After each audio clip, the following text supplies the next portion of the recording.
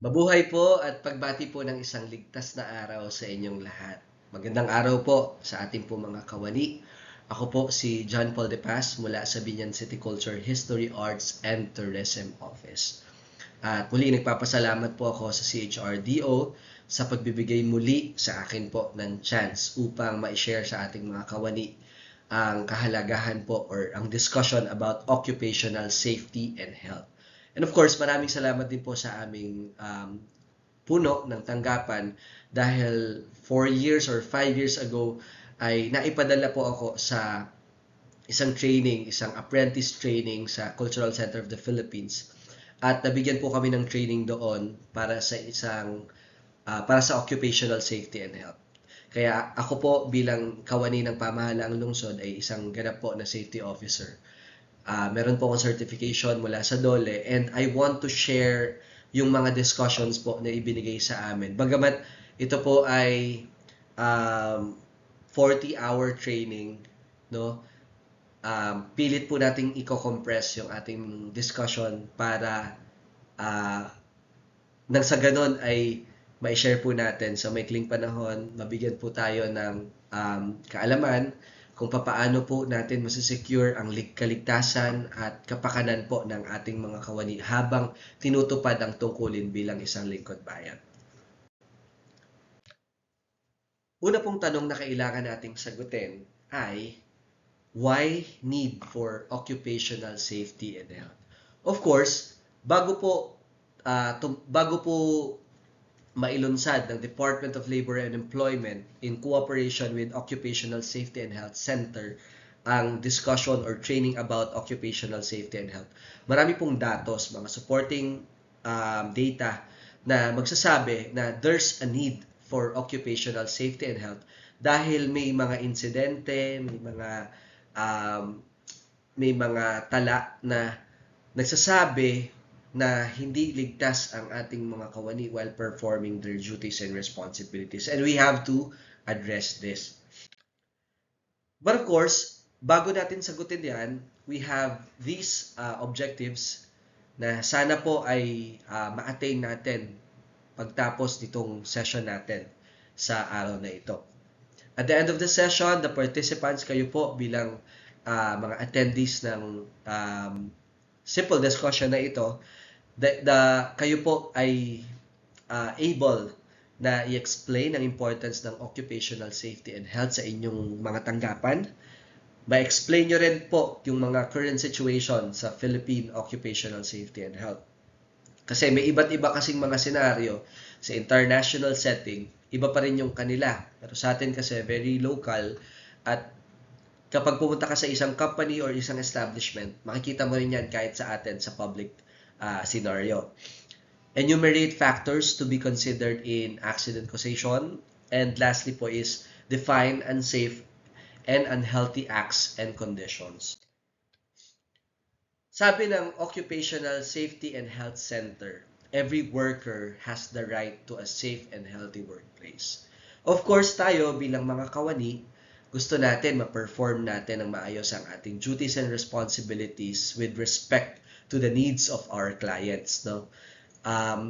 Kung ano yung mga pangangailangan nila, gusto natin punuan, gusto nating masagot. And we have certain time, di ba? May mga limited time tayo para gawin yon, para satisfactorily pa-perform natin yung ating duties and responsibility. But of course, doon sa other side of it, kinakailangan habang pine-perform natin yon, safe at healthy din, hindi lamang ang ating kawani, kundi ang ating workplace. Dahil in one way or another, kung hindi safe or hindi healthy ang workplace, baka may mga pagkakataon na even our clients ay unsafe and unhealthy na rin sila. According to the standard, occupational safety and health is devoted to the recognition and control of factors. Yung factors na tinutukoy dito, hazards. Pag sinabi nating hazards, these are elements na nakakaapekto negatively sa performance or even sa personal, sa physical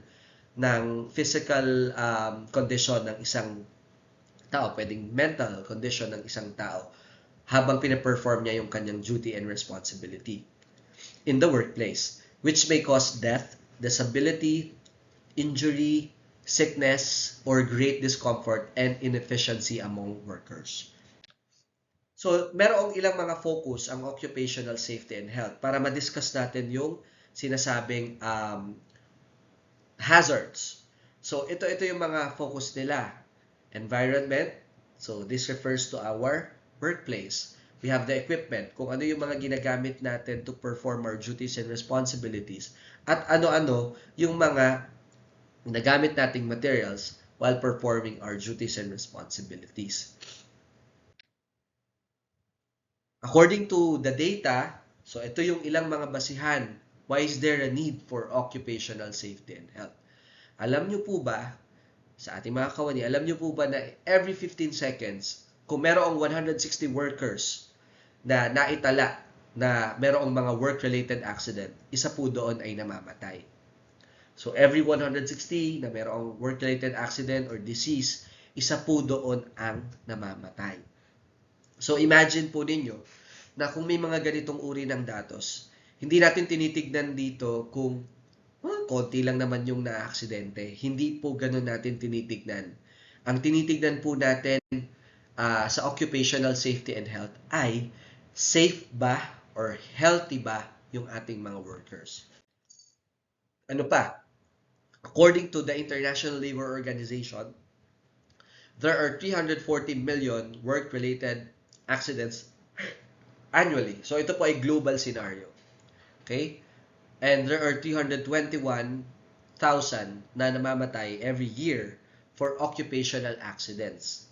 Pero yung occupational accidents, baka matakot kayo, no? Kasi sa ating mga workplace, baka kasama tayo dito sa 321,000. Hindi naman. Kasi, ang tinutukoy dito, depende po sa deployment ninyo, ha? Yung tinutukoy dito na 321,000 na namamatay every year or annually for occupational accidents pertaining to ang kanilang mga duties and responsibilities ay pertaining to agriculture, mining, construction, and commercial fishing. Mamaya makikita ninyo yung kaibahan ng mga workplace tasks. Pero kala natin walang epekto sa ating mga empleyado, pero meron pala. Okay? Ano pa? According pa rin sa International Labour Organization, there are 160 million victims of work-related illnesses annually. And there are 2.02 million people die each year from work-related disease. So kanina nababanggit na, no, yung regarding sa tawag dito. Kanina nabanggit na yung accidents tsaka illness. Na forward ko na. Accidents and illness. Kung dibigay natin yung definition ng dalawa. Pag sinabi po nating accident, prompt ito. Ibig sabihin, tawag dyan, biglaan, direct, immediate. Okay, yan po yung accidents na tinatawag. Pero pagka disease, nagde-develop po siya through time. Okay? So, may ilan, for example, exposed sa ingay, then later on, na-develop na sa tenga niya yung malfunction or alam mo yun, parang defect sa kanyang pandinig.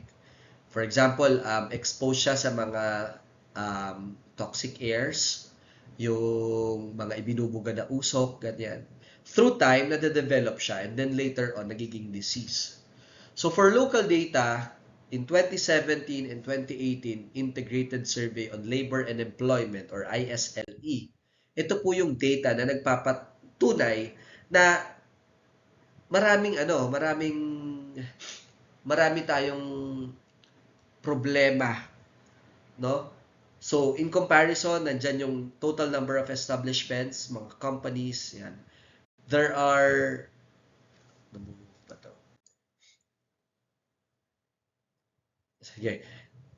There are different cases, no? So, hindi ko na siya mababalikan kasi yung recording niya. Kung babalikan po natin yung slide na yon, sinasabi lamang doon na comparing doon sa dami ng establishments or companies, napakarami ding cases.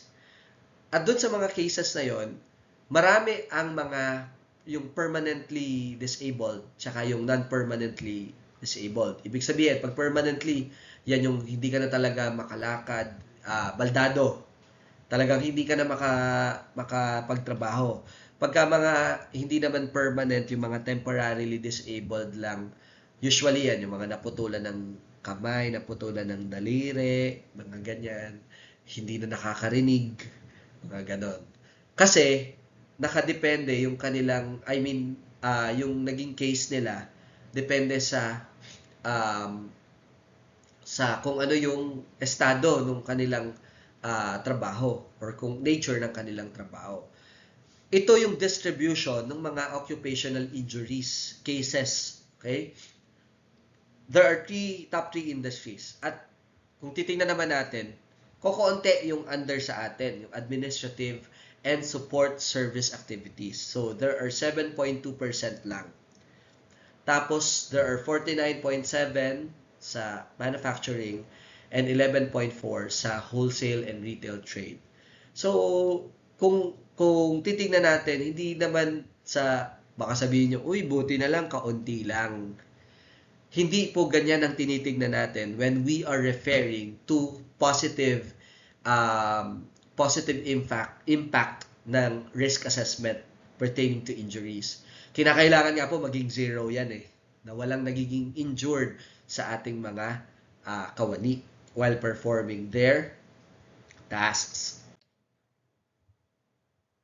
So, again, in relation to the occupational injuries and diseases, so, babalikan natin, yung definition ng injuries and diseases. Biglaan itong injury pagdating sa diseases, nagde-develop siya through time. Ayan. Pag sinabi po nating, kung mapapansin niyo, may highlight po dyan yung superficial injury and open wound.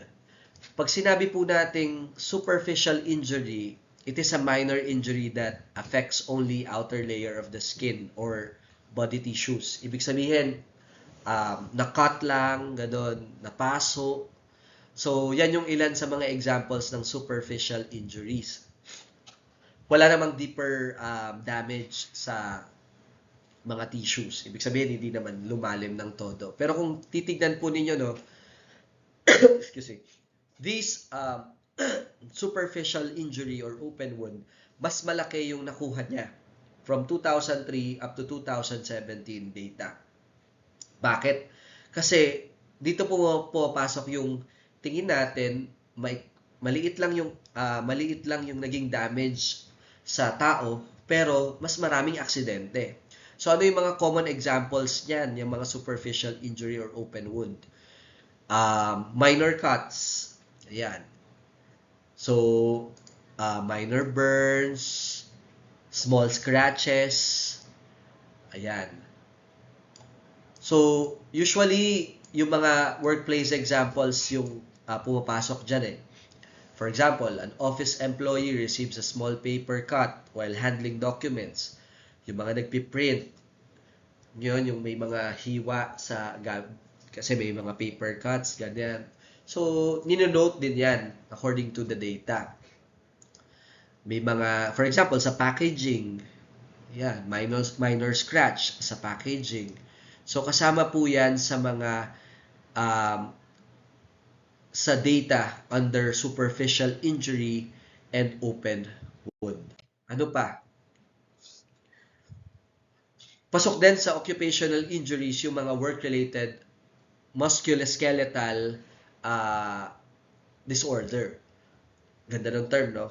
Musculoskeletal disorder. Pero kung titignan po natin, ano-ano ba yung mga under this work-related musculoskeletal disorder or yung WMSD. These are injuries po or disorders na naka-apekto po sa ating mga muscles, sa joints, nerves, cartilage, yan, na nagiging cause. Ang cause po niya is yung aggravated work activities sa work environment. So, ito pong disorder na to, condition po siya na nakakaapekto sa mga body muscles, bones, joints, and so on, or etc.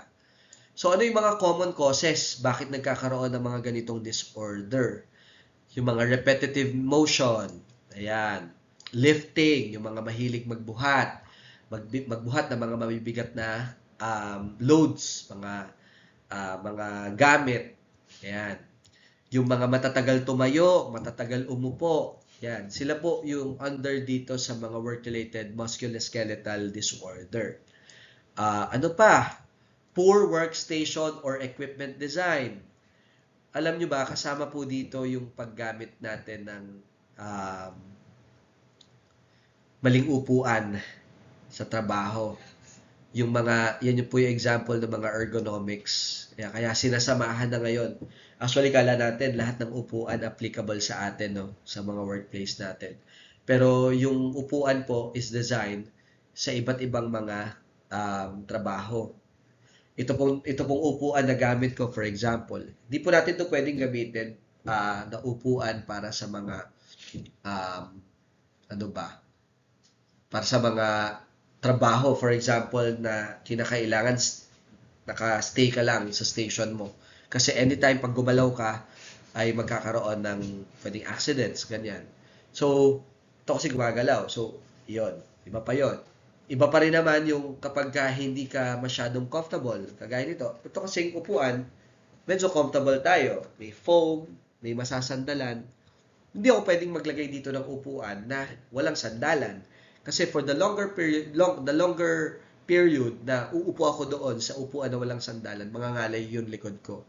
So, what will happen is, magkakaroon ng back pain. So, kasama yung mga ganyang instances sa mga work-related musculoskeletal disorder. Na feeling natin okay lang. 'Di ba? Usually, sasabihin natin, pag uwi natin sa bahay, parang ang sakit ng likod ko, parang ang sama ng balakang ko. Wala naman akong ginawa buong araw. Minsan, ganyan yung assessment natin, evaluation natin sa mga sarili natin. Pero ang totoo, kaya tayo nakaka-feel ng ganun, it's because merong mga tamang equipment or tamang mga bagay na ginagamit natin sa ating mga workplace na suitable for our job, suitable for our tasks, suitable for our condition sa ating mga katawan. So, dapat yun yung ginagamit natin. That's the suggested suggested na remedy para maibsan din natin yung pangailangan ng ating mga kawani. Ano pa?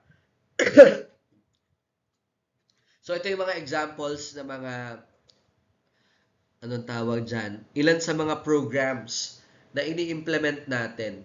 So, kung makikita nyo dyan, naglalaban yung kung merong yung with or without. Ibig sabihin, marami ba sa mga establishments nagpapatupad ng ganitong program? Ayan. So, for example, sa hearing conservation program, kokonti yung mga programs pertaining to hearing conservation. Ano pa? Yung TB prevention and control program, for example. So, marami sa mga establishments hindi ina-address yung mga ganitong pangailangan. Of course, meron tayong mga fire prevention and control program. So, isa ang ating pamahalang lungsod sa very strong point ng ating city government dahil yung preparedness natin sa mga biglaang aksidente, yung sunog, earthquake, ready tayo dyan. Yung mga emergency response preparedness program. Kasama yan sa mga ginagawa natin dito sa pamahalang lungsod. And according to the Philippine scenario in 2017, mataas din ang naging preparation natin or mataas ang pag-execute natin ng mga programs pertaining to mga emergency response. Pero yung mga tingin natin nagde-develop through time, yung sinasabi ko nga sa inyo kanina, na nagiging disease na siya eventually, yun yung doon tayo nagkukulang. Ayan, for example, pangalawa doon sa mga without, yung mga hindi nag-execute ng program sa ergonomics. Yung ergonomics, yung proper posture, di ba? So, hindi natin masyadong na-address yan. Or hindi lang tayo. Marami sa buong Pilipinas hindi nakakapag-address ng ganyang problema. Ayan, heat stress management program. Merong mga programs na kala natin hindi na natin kailangan, pero we have to be sure, according to Occupational Safety and Health Center, we have to be sure na itong mga programa na ito ay na-execute din kung kinakailangan. Okay? Kaya naman nagkakaroon, for example, ng hearing conservation program, baka naman kasi yung nature of work ng isang company or nature of work ng isang empleyado ay maingay talaga, 'di ba? So kinakailangan talaga merong remedy, merong may action, may ginagawang programa ang company para hindi matuloy sa pagkakasakit to. Remember, everyone has a right to safe and healthy workplace. Yun yung kaninang sinabi pa, no? According to OSHC or OSH Center, na kinakailangan kung ang target natin mapataas, for example, ang sales, kung ang gusto natin mapaganda yung performance natin bilang mga empleyado, kinakailangan kasabay nito, kaalinsabay nito, ay yung safe and healthy workplace ng ating mga empleyado at ng ating mga clients. So, OSH is Prevention of Workplace Injuries and Diseases. Kaya tinuturo sa atin yung Occupational Safety and Health. At napakapalad po natin sa City Government of Binyan. Dahil aside from the International Standardization Organization, yan, yung ISO certification na ginagawa natin sa atin or isinasagawa natin, meron tayong mga internal audit, may mga external audit, meron din tayong mga ginagawang mga consultation period. Bukod dyan, matagal nang nilalatag ng pamahalaang lungsod. I think yung iba sa inyo ay mga attendees pa noong 45,000 na international standard na inilalapit sa atin. Yun po yung occupational safety and health. Na ang gusto natin, habang ginagandahan natin or meron tayong quality service sa ating mga clients, sa ating workplace, ginagandahan din natin yung condition, yung workplace na meron tayo. So, yan yung isinusulong. Abangan po natin yan, yung 45,000 ng ISO. 45,001 ba? 45,000. If I'm not mistaken. Basta yan. Meron na tayong proposal or meron na tayong mga trainings na ginagawa dyan. Nire-ready na lang yata yung mga documentation. Kasi very important. According to OSH Center nga, no? And agreed by the Department of Labor and Employment. Yung OSH ay prevention, no? Pag-stop, kung meron mang mga instances na nag-occur yung injury and diseases, pinababagal natin yung dami or pinahihinto natin yung dami ng cases. Yan yung ginagawa ng occupational safety and health discussions. Para ang bawat isa ay alam kung anong gagawin. Ano ba yung general concept ng OSH? Yung general concept ng OSH pertaining to accident. Lagi naman ganyan yung tina-target ng OSH, no? Kailangan alam natin na meron talagang mga instances na napapahamak ang ating mga kawani, ang ating mga trabahante ba ang term? Yung mga nagtatrabaho sa atin, mga empleyado. Yan. So, according to the definition, accident, an occurrence or event that is unexpected, hindi natin inaasahan, hindi natin nakikita, unforeseen, hindi natin, wala sa worry natin, wala sa thinking natin na mangyayari, at hindi natin ginusto.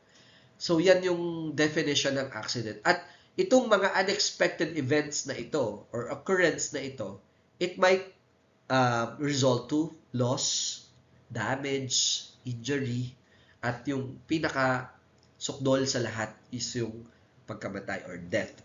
Okay? So, iniiwasan natin din yung mga accidents na ganyan. Ano-ano ba yung mga cause? Tandaan nyo kanina yung focus ng occupational safety and health. We have the environment, we have materials, equipment. Sa gitna noon yung people. So, yung mga nagko-cause ng accident, itong mga to. Okay? Refers to the factors that are primary reasons behind an accident. Number 1, people. Workplace, management of the workplace, policies, behavior. Yung policies, di ba? Kung isipin mo, sumusunod ka lang naman sa rules, sumusunod ka lang naman sa task, sumusunod ka lang naman sa mandato ng office nyo or sa company ninyo. Pero, hindi natin naiiwasan na magkaroon pa rin ng accident. Environment, same. Physical surroundings, kung ano yung nasa paligid natin, natural environment, community, social, and legal influences. Excuse me. Materials, used, worked, made. Yung ginagamit natin sa trabaho, yung tinatrabaho natin, or yung ginagawa natin mismo sa trabaho. Yan ay isa sa mga nagkukos ng accident. At ano pa? Equipment. Yung mga ginagamit natin, tools or machinery. According to Heinrich, meron daw tinatawag na domino theory. So, based on the term itself. Pag sinabi nating domino theory, nag-highlight pa rin ito ng accidents. Okay? This is study of accident. So there are two types daw according to domino theory, two types of accidents. We have preventable at saka yung non-preventable. Yung mga preventable, ito yung mga hindi naman sinasadya, yan. Pwedeng nagpabaya lang ng kaunti, nalimutan, ayan. Hindi natin na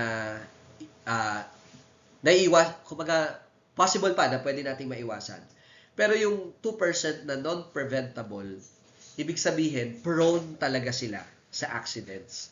But they have to be so or very, very careful while performing their duties.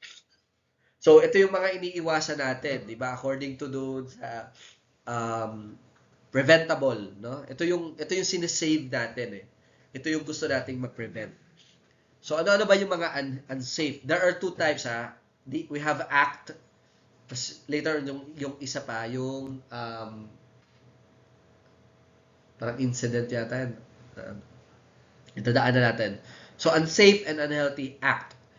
So, pag sinabi natin unsafe and unhealthy act, a human action that departs from a standard or written job, procedure, or common practice, safety rules, regulations, or instructions, a violation of a commonly accepted safe procedures and or processes. Ito yung alam mo nang may standard, alam mo nang may policy, alam mo nang may procedure, may safety rules and regulations, na-violate mo pa rin. Okay? Hindi mo pa rin ginawa yung tama.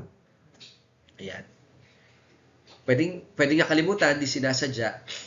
Ayan. For example, sinabi na sa'yo, for example, ng supervisor or head na huwag ka maglalagay ng extension cord dyan kasi baka matalapid yung mga ano.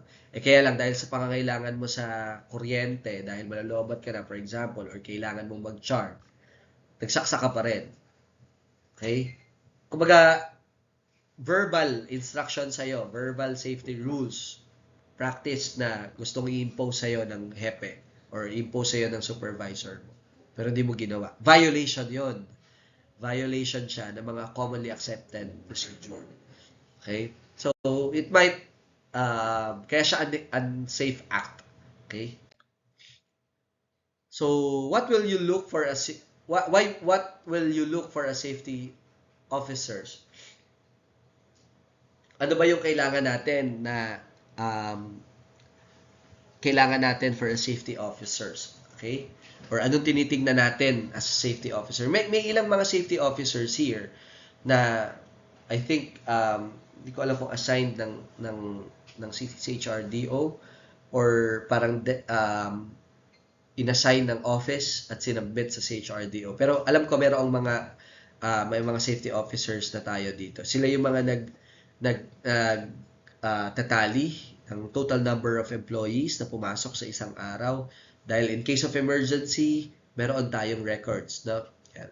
So, ang tinitignan ng mga safety officers, yung unsafe acts at unhealthy acts, yan yung kinakailangan ma-identify ng mga safety officers. Okay? So for example, ng mga unsafe acts, operating equipment without authority. Nakalagay na nga doon, huwag magdadrive, for example. Huwag magdadrive kung walang lisensya. Huwag magdadrive kung hindi ka inassign ng ng office. Okay?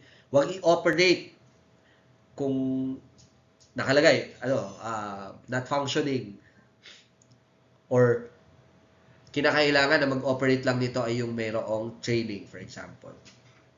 Ginawa pa rin. Yan.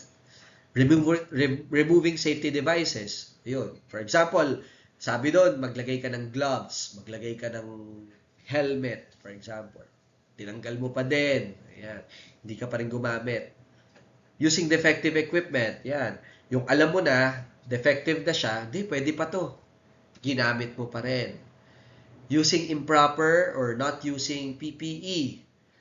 Yung tipong sinabihan ka na kinakailangan may prerequisite actions na kailangan kang gawin bago mo i-perform ito. Di mo pa rin ginawa. Yan. Improper yon.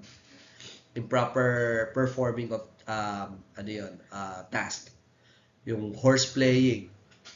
Yan. Ano yung mga example pa ng mga unhealthy acts? Kasi unsafe acts, ito, nagkokos siya ng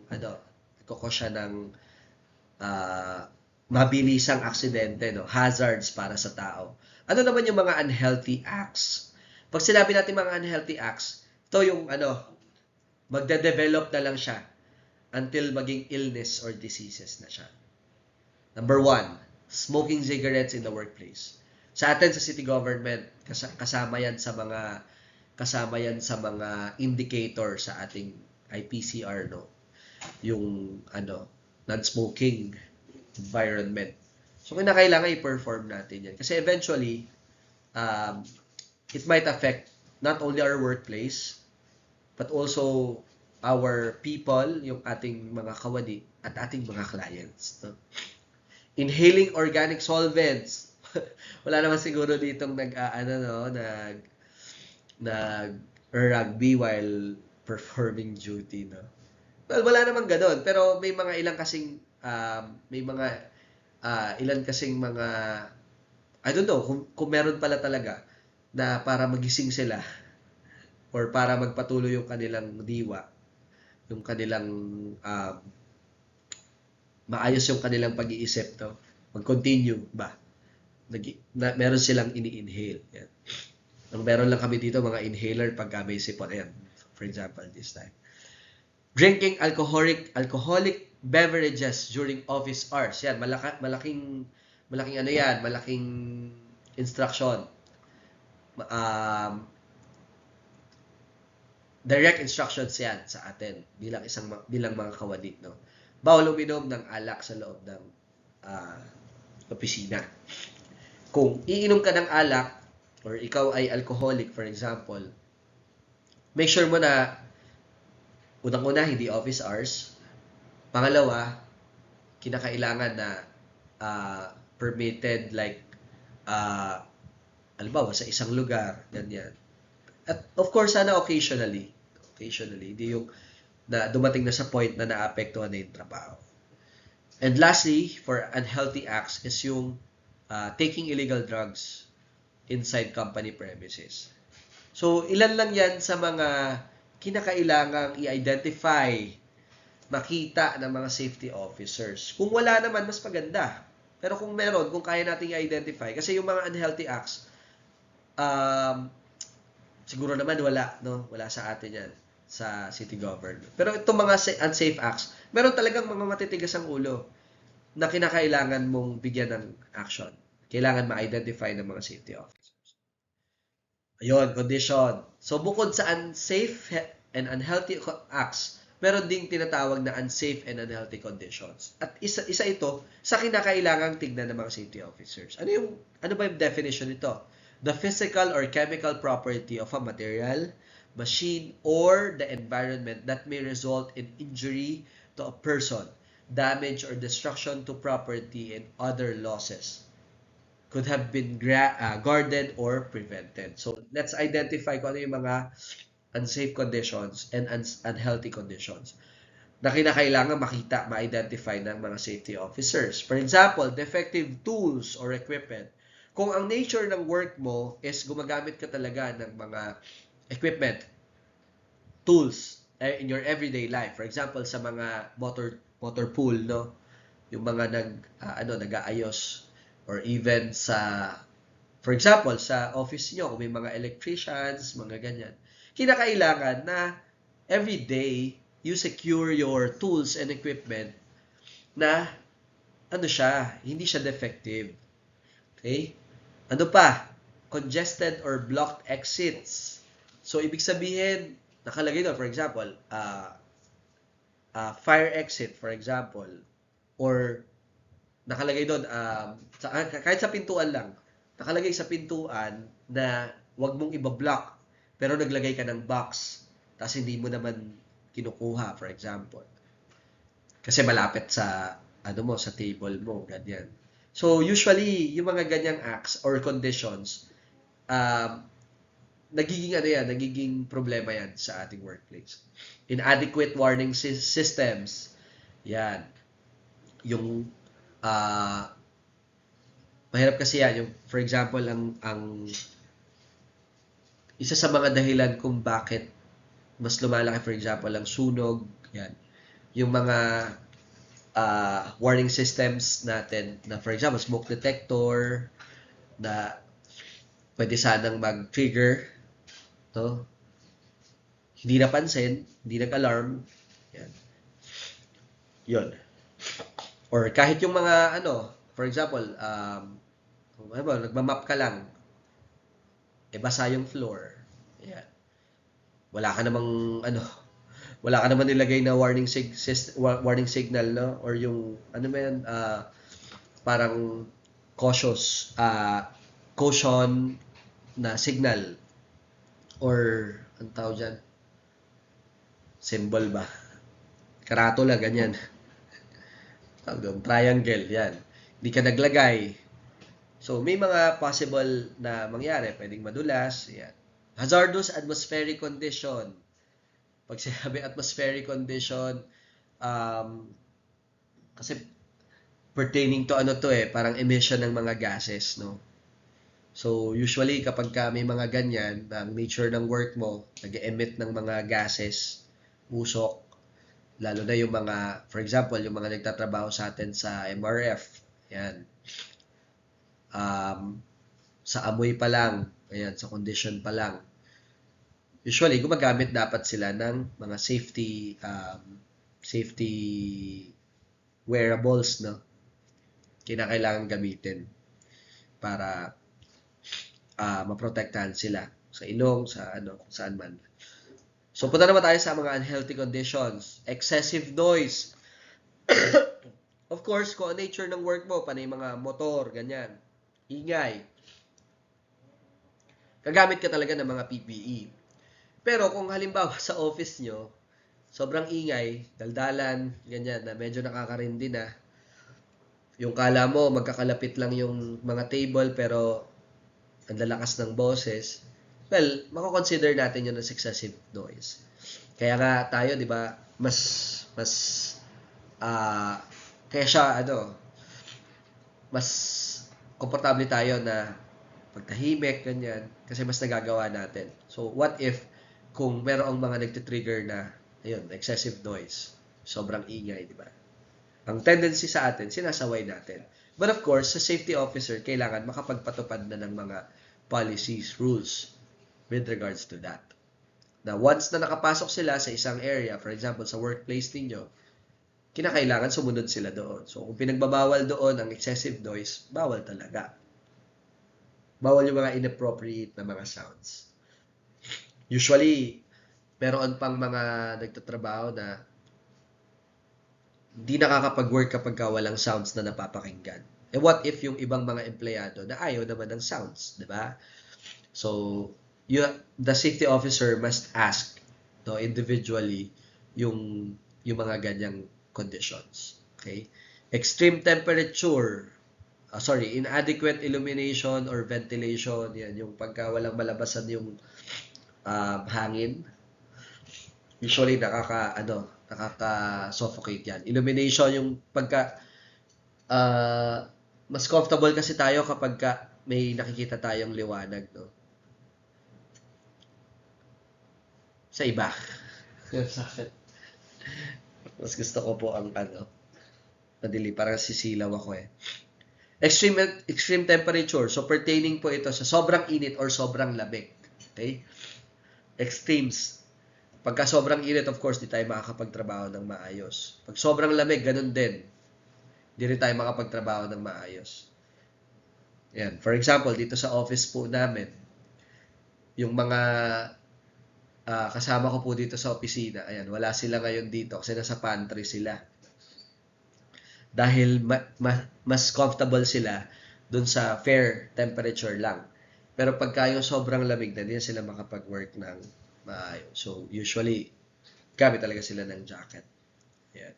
So, as a safety officer, you have to identify yung mga unsafe and unhealthy acts and conditions. Okay? Kasi may cause yun nga, accidents and illnesses, no? So, kinakailangan yan.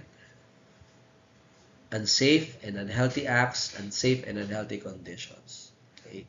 Kailangan, kung ang mga niyan, nagiging cause yung unaware tayo, unable or unmotivated, yung unnoticed, uncorrected. Para sa mga safety officers, kailangan napapansin natin lahat yan.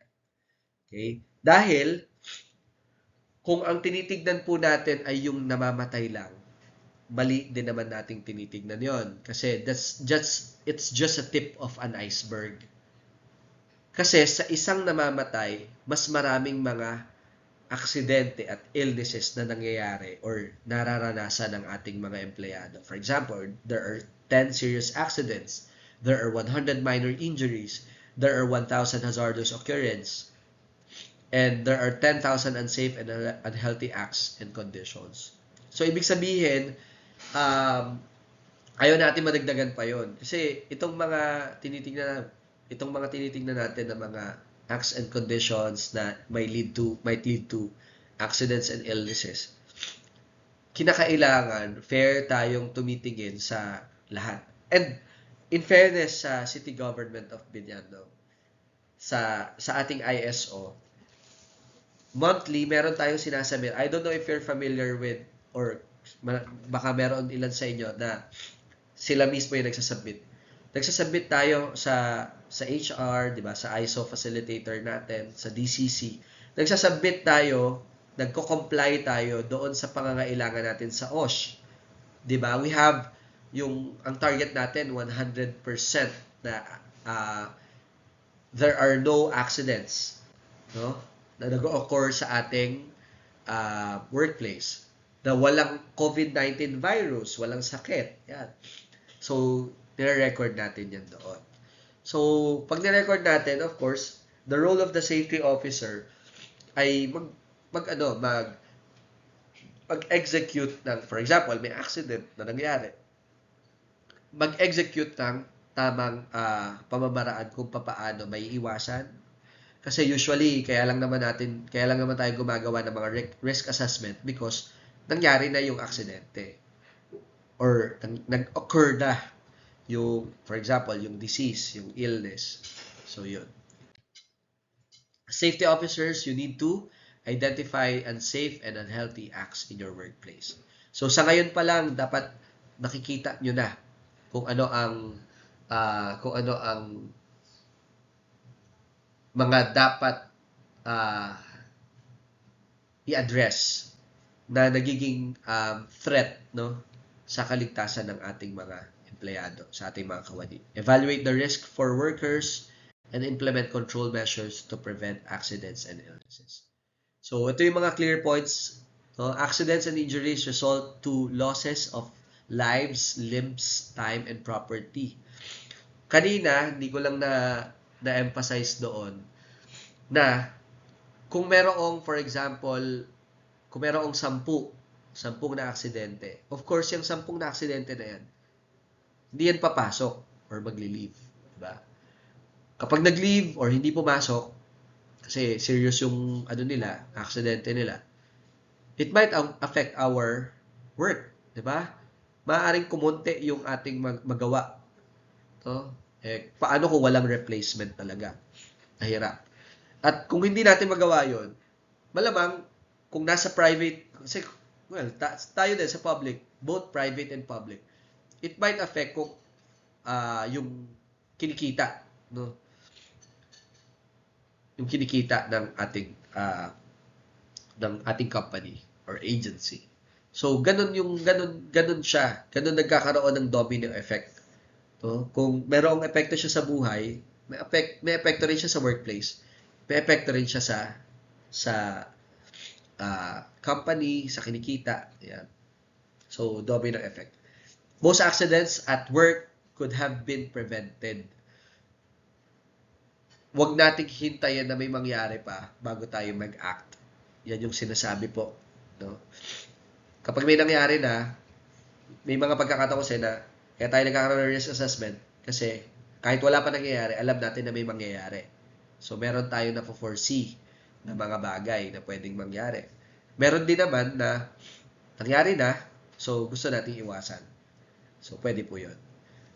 Unsafe and unhealthy acts and condition in the workplace must be addressed. Every workplace has different hazards, risk, levels of exposure. Tailor fit your OSH response to your risk classification. So sinasabi lang dito na hindi porket tayo sa city government ay panay mga opisina. Yung iba kasi nasa field, no? Nasa field work. Kung tayo nasa opisina, feeling natin malayo tayo sa aksidente, malayo tayo sa hazards, nagkakamali po kayo. So sa continuation ng ating mga discussion, papakita ko po sa inyo kung ano yung mga kinakailangan nating i-address. So lahat po tayo ay pwedeng maging OSH champion. And bilang pagpapatuloy po ng ating pong discussion sa occupational safety and health, parang naputol yata yung naunang part, no? Pero i-continue lang natin. So this will be, nung ako po ay nag-training, ito po ay day 1 pa din, pero session 3. So may ilan po kasing mga discussions doon sa occupational safety and health, yung pagsa-safety officer po namin. Meron pong discussion doon na medyo technical at kinakailangan po. Meron kayong mga worksheets na gagawin. So dahil ito po ay online, virtual, so hindi ko po maipapagawa sa inyo. Kaya pumili lang po ako ng ilang mga discussions na tingin ko po ay makakatulong sa inyo at na hindi na kinakailangan po natin ng mga worksheets. So, didiscuss po natin ngayon in continuation doon sa naunang presentation is yung workplace safety hazards. So, kanina, na-discuss naman na natin yung ilan sa mga kinakailangang tingnan ng safety officers, no? Na considered as, well, para dito sa discussion na to, considered as hazards, okay? Safety hazards. Ano ba yung sinasabi natin ng mga workplace hazards? So, doon kanina, meron tayong, we have accidents and illnesses or diseases. Dito, kaya nga siya tinawag na occupational safety and health. Meron din tayong tinatawag na safety hazards at health hazards. So, pag sinabi po natin safety hazards, according to this slide, something that has has a potential for injury. While health hazards, something that has a potential to cause illness. In occupational safety and health, safety hazards and health hazards differ mainly in how they affect the workers and when their effects are experienced. Based po doon sa discussion namin doon, pag sinabi po nating differentiation ng dalawa, safety hazards, health hazards, pag safety hazards, it cause immediate injury or accidents. Pag sinabi naman po nating health hazards, it develops through time. So, safety hazard is anything in the workplace that has a potential to cause an accident. Example po, yung wet or slippery floors, unguarded machines, exposed electrical wires, block emergency exits, falling objects, ayan. Improper use of ladders, ayan. Cuts and lacerations, head injuries, and yung pinakamalala po sa lahat, yung fatality. No? Pag sinabi naman po nating health hazards, kung yung safety hazard ay immediate, yung tinitingnan po nating hazard doon. Pag health hazard is anything in the workplace that can cause illness or disease through exposure over time. Pag palaging na-experience nung tao yon, marahil malamang ay mag-develop yung disease sa kanyang katawan. Health hazards are generally grouped into 5 categories. So, merong chemical hazards, we have physical hazards, we have biological hazards, ergonomic hazards, and we have psychosocial hazards. So, pag sinabi po natin, umpisa natin yung kanina, yung chemical hazards. So, kung ang nature ng work mo is more on, for example, sa agriculture, ikaw ay nagbibigay ng pesticides or nag-a-apply ng pesticides sa mga halaman. So, baka yung pesticides na yon ay not good for health ng isang tao. So, you have to make sure na gumagamit ka ng mga PPEs. Yan. Cleaning materials or cleaning chemicals. Halimbawa, naka-assign ka sa CR, tapos palagi araw-araw ginagawa mo, nag-a-apply ka for example ng muriatic acid, tapos nasa loob ka ng ano. So, yan ay ilan sa mga examples na pwede maging hazards natin. Hazard sa atin, sa ating katawan, through chemical, no? Physical hazards, yan. Example yan, kanina nabanggit ko na yung mga excessive noise, heat, too much temperature, extreme temperature. Radiation, possible din yan. Excuse me po. Pag biological hazards, yung bacteria, for example, viruses, fungi, ayan. Yung viruses, naging usapin na sa atin yan during the COVID-19 na talagang nilalagay natin, nire-record natin sino-sino kasi nga, it might affect other people. Ergonomic hazards, yan, yung palaging nakayuko, nakaslouch, yan. Poor posture, yung mga yan. Repetitive movements, heavy lifting, yan, pasok po yan sa ergonomic hazards. Yung pagka, alam mo naman na sobrang bigat, pero ang gagawin mo, hindi ka papatulong, bubuhatin mo pa rin. Considered po yan as ergonomic hazard. And yung iba pa. So, hazards are identified through, so makikita ng safety officer, itong mga hazards na to, kung gagawin niya itong mga to. Okay? Number 1, walk-through survey. Pwedeng magtanong-tanong ka dun sa mga tao, ano yung mga na-experience na nila. For example, naipit ba sila? Nadulas ba sila? Ayan. Pwede ka rin mag-ocular inspection. Pwede ka mag-observe. For example, may nadulas. Pwede mo i-note. Yun. Pwede mo i-walk through. Kahit nga yung mga makikipot na daan sa opisina, pwede natin yung i-identify as hazard. Review of processes involved. Baka kasi mamaya, doon sa area, for example, kung saan nandun yung client, or kahit yung nagpaproseso ng papel natin sa loob, for example, tayo bilang empleyado, nagpaproseso ng mga papers, nag-document, ganyan. Baka kasi mamaya, yung process, kung saan mapupunta yung mga inaasikaso natin, baka hindi siya ideal na ganoon. Baka dapat mas tama, for example, magkakatabi. Kung gusto mong iproseso, for example, sa amin, sa Bitsato, hindi ka na, kung ikaw ay, for example, magpoproseso ka ng permission request sa School of Rizal. Ang School of Rizal po ay malayo sa amin. Nandun siya sa Kong's office. Kung gusto mo magproseso ng permission request, pero nandito yung approval, yung signatory, kailangan i-approve muna. Of course, binibigyan namin ng authority yung mga ina-assign namin doon sa school. Hindi na kailangan for example, from School of Rizal, pupunta pa sa Sentro Pangkultura ng Binyan para magpapirma lang, tapos pagbalik, tsaka lang ma-avail yung service. So, kailangan at ease din yung ating mga clients, at ease din tayo bilang mga empleyado habang pine-perform natin yun. So, second is, let's review the processes involved. Knowing the raw materials used, products, and byproducts. Baka kasi mamaya, yung mga ginagamit natin na mga, for example, mga materials, no, sa pagtatrabaho, baka allergic ka doon, di siya good sa pang-amoy mo, yan. 'Di ba?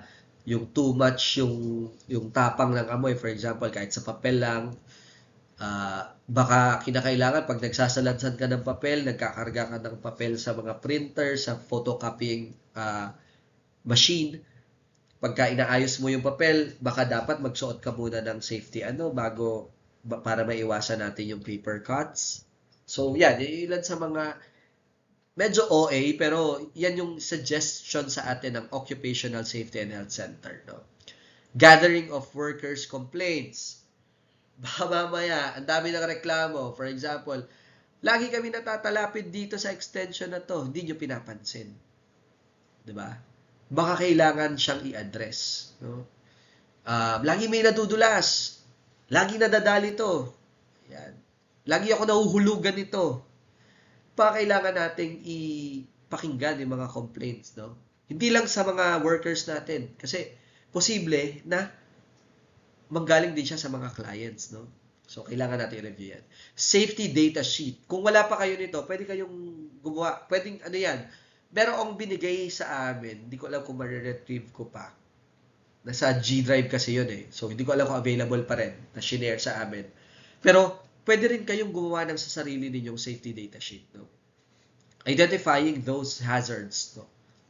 Sa ang area, ano yung mga possible na pwedeng mangyari. Ayan. Mamaya, madadaanan natin yung HIRAC, yung hazard identification, yung action, tsaka yung HIRAC.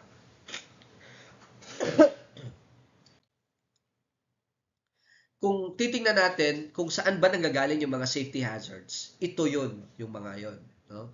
We have poor housekeeping, iisa-isahin po natin yan. We have poor housekeeping, fire, use of machine, material handling, and electricity. So kung babalikan ninyo, yung focus ng OSH, yung material, environment, tsaka yung machine, people, pasok lahat sila dyan. So titingnan natin ngayon kung ano-ano ba yung mga hazards sa bawat isa. Okay. For example, poor housekeeping. Okay? Pag sinabi nating housekeeping is not just keeping your workplace clean. Hindi lang yan sa paglilinis. Kailangan safe. Okay? And safe. But it is an effective workplace organization. Effective. Ibig sabihin, hindi nagkakaroon ng problema. Kung magkakaroon man ng problema, na-address. Okay? Housekeeping means there is a place for everything and everything is in place. Hindi pwedeng, dahil may bisita, tsaka lang tayo mag-aayos. Dahil may ISO certification or merong internal audit, dun lang tayo mag-aayos. Okay? Hindi porket bibisitahin tayo, for example, magsasabi na merong visitation, for example, from the CSC, tsaka lang tayo mag-aayos. So, kinakailangan, there is a place for everything. Dahil yun naman ang lagi nating pinupuntahan. Yun ang lagi nating, yun ang station natin. No? So, kailangan everything talaga. Okay? It is everybody's business to observe. It is observe it in the workplace. Okay? Housekeeping is important because it lessens accidents and related injuries and illnesses. Of course, kung, for example, na-identify na natin yung mga safety hazards. Nakita na natin na lagi may nadudulas kasi lagi may tumatagas na tubig, for example, sa mga dispenser natin, di natin napapansin. May mga nahuhulog na something. Kung na-address natin yun, using housekeeping, right and proper housekeeping, may iwasan po natin yung accidents at mga illnesses and injuries. It therefore improves productivity, mapapabilis. Yung kung kanina, di ba, ang sinasabi doon, kailangang tingnan ng mga safety officer yung proseso. Kung maayos yung ating ginagalawan, kung maayos, nasa proper, nasa tama, nasa ayos, okay? Mai-improve natin yung production no? Yung paggalaw ng mga tao, paggalaw ng mga kliyente. And it minimizes direct and indirect cost of accidents and illnesses. Ano ba yung mga signs na merong poor housekeeping? Okay? Signs of poor housekeeping is visible indicator that workplace is disorganized, unsafe, or not properly maintained. So, pag sinabi po nating signs of poor housekeeping, these conditions is increase the risk of slips, trips, falls, fires, equipment damage, and other workplace accidents. So, common signs ng mga poor housekeeping, ito, yung mga identified natin na ito. Cluttered and poorly arranged areas. For example, yan, yung mga tools, equipment, di naayos, hindi na ilagay sa tamang lagayan, overcrowded yung workplace. Yan. Ano pa? Blocked aisleways and pathways.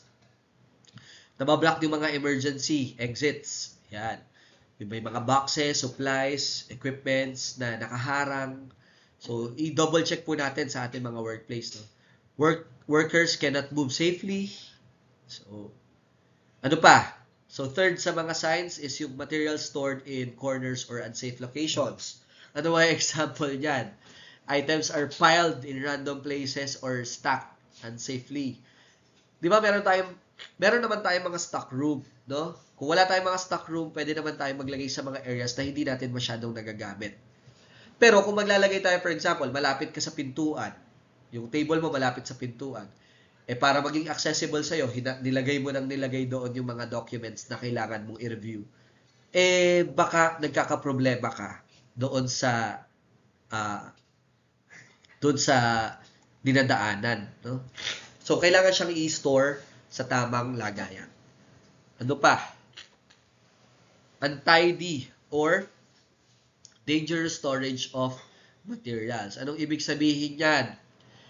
Yung, for example, meron tayong cabinet sa taas. Dami. Dahil ikaw, for example, gusto mo maging malinis, walang nakikita sa area, sa lapag. Sige, mailagay nga sa cabinet. Ang problema, pag inilagay mo lahat yun sa cabinet sa taas, tingin mo ba kaya bang i-hold yung capacity nung pinaglagyan mo? Kaya ba niyang i-hold yung materials na inilagay mo doon? So, if it's too heavy, it's too much, yung load doon, it might fall. Lalaglag siya. Babagsak siya. Kung walang matatamaan, baka okay lang. Pero what if, kung matatamaan, for example, matatamaan yung mga tao, nasa ilalim pa ng cabinet, nasa taas, mga cabinet sa taas. Nasa ilalim nun, may nag-o-office. What if may mga equipment na nandun? So, marami tayong pwedeng isipin na mga signs of poor housekeeping. Ano pa? Presence of spills and leaks. Ayan, yung usually kapag may mga tumatagas. Sa amin dito, sa sentro, dati, nung hindi pa masyadong na re-renovate. Meron kami mga tanong noon kung saan tumatagas, saan nanggagaling yung mga tumatagas. For example, may mga tumatagas sa mga gilid-gilid, yung mga biak na So, nung nag-conduct kami ng inspection, nagkaroon ng inspection sa buong building, nagkaroon ng inspection sa taas. So, nakita namin na meron palang blockage doon sa mga alulod. Tapos, wala ibang mapuntahan. So, sa bubong talaga sila pumupunta. From bubong, tumatagas siya sa mga gilid-gilid na mga walls. So, yan yung... So, baka hindi natin na-address yun, no? Usually sa City Hall, ang alam ko, yung latest na alam kong naging problema in terms of storage, yan, yung anay, no? So, baka pwedeng i-address natin yan. Materials, next is materials gathering of poor house, materials gathering rust and dirt from disuse. Yan yung hindi natin nabibisita, no? Kinalawang na, nag-develop na yung dumi, gano'n. Overflow storage areas and shelves. Yung alam natin, kukunti na lang yung capacity, siniksikan pa natin, no? So, pwedeng malaglag or pwedeng magkaroon ng loss no, doon sa documents. Baka mamaya, dahil in-overcrowded natin yung, or overflowing yung storage natin, baka yung iba, naglalaglagan na, alam mo yun, hindi siya secured. So, kailangan natin ayusin yan. Broken containers and damaged materials. Yan. Pag nasira na, baka mamaya, naka-container ka nga, for example, nasira. Tapos nagkaroon ng leak yung tubig, nabasa. Sayang, di ba? Presence of items no longer needed or in excess. Yan yung nagtatago pa tayo. Madalas ganyan ginagawa ng mga mother, no? Yung ang tagal-tagal na hindi pa maitapon. No, alam mo nang hindi na napapakinabangan, di pa rin tinatapon. Sa office, huwag natin i-practice yon. Kasi, in fairness naman no, sa ISO, tinuturuan din tayong mag-store kung ano yung kailangan lang nating i-store, di ba? Meron tayong mga ang tawag diyan, conservation period na tinatawag. No? Yung kung kailan lang natin siya i-store and then later on ipapadispose natin sa document center, no? Sa document control center. Na sila mismo ang mag-ano. Pagka na-reach na for example, 5 years, tapos na, pwede na nating i-ano yun. Kasi nga, magdadagdag na tayo ng mga panibago. So, yun. Dusty, dirty floors, and work surfaces. Yan. Kaya, nagkakaroon tayo ng mga revisits no, sa mga areas. Kasi, baka, ayun, mag-cause ka, madulas, ano. Baka may mga allergy pa. Pag too much yung dirt no, sa floor. Yan. Tools and equipment left in work areas. Yan, may mga magagaling tayong mga empleyado minsan. Pag sobrang daming ginagawa, for example, inutusan or nagkusa na naglinis, napakisuyuan ulit, naiwan yung ginagawa. So, naiwan yung mga equipment na ginagamit, yung tools.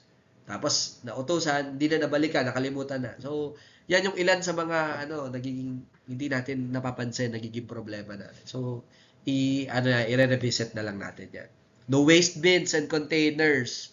Yan, yung iba, sana hindi po natin napapractice yan sa office natin. Yung dahil malayo yung tapunan, gagawin natin, lagay mo natin sa table. Mamaya ako na tatapon. Problema, hinangin. Halimbawa, hinangin, nadali. Wala. Kung ganon, maganda kung walang matatapunan, walang maapektuhan sa pagkakatapon. Paano kung meron? So, mahirap. Okay.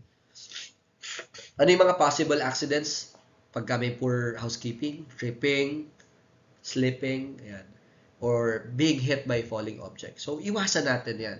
Maraming mga examples kanina ng mga poor housekeeping. At sana na-identify natin or na-assess natin sa sarili natin.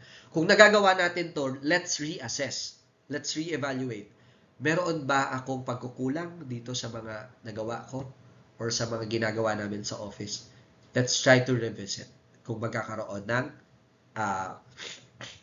safety hazards. Okay. So, striking against, projecting, poorly stacked items, cutting, tearing of the skin of hands, possible po yan. Electrical cautions, yan yung pagka, usually sa, pag alam mo ng, for example, alam mo ng napakaraming nakasaksak, di ba? Gagawin mo, or kahit, halimbawa, may nakasaksak, tas alam mo na may tubig, halimbawa, gano'n. Nakuryente ka, kasi mayroong leak ng tubig, tas connected doon sa mga wires and so on. May mga open, for example, may open wires. Nakuryente ka. Yan. So, electrocution. Fires resulting from improper storage. How about for the second safety hazard? Occupational safety hazard, fire. So, alam naman natin na kung ano definition ng fire, no? It's a chemical reaction between flammable and combustible substance and oxygen. So, merong tatlong elements ang fire. We have fuel, oxygen, and heat. So, kapag merong presence nitong mga to, continue lang ang pagkasunog, no? Yan. So, there are classifications ng fire.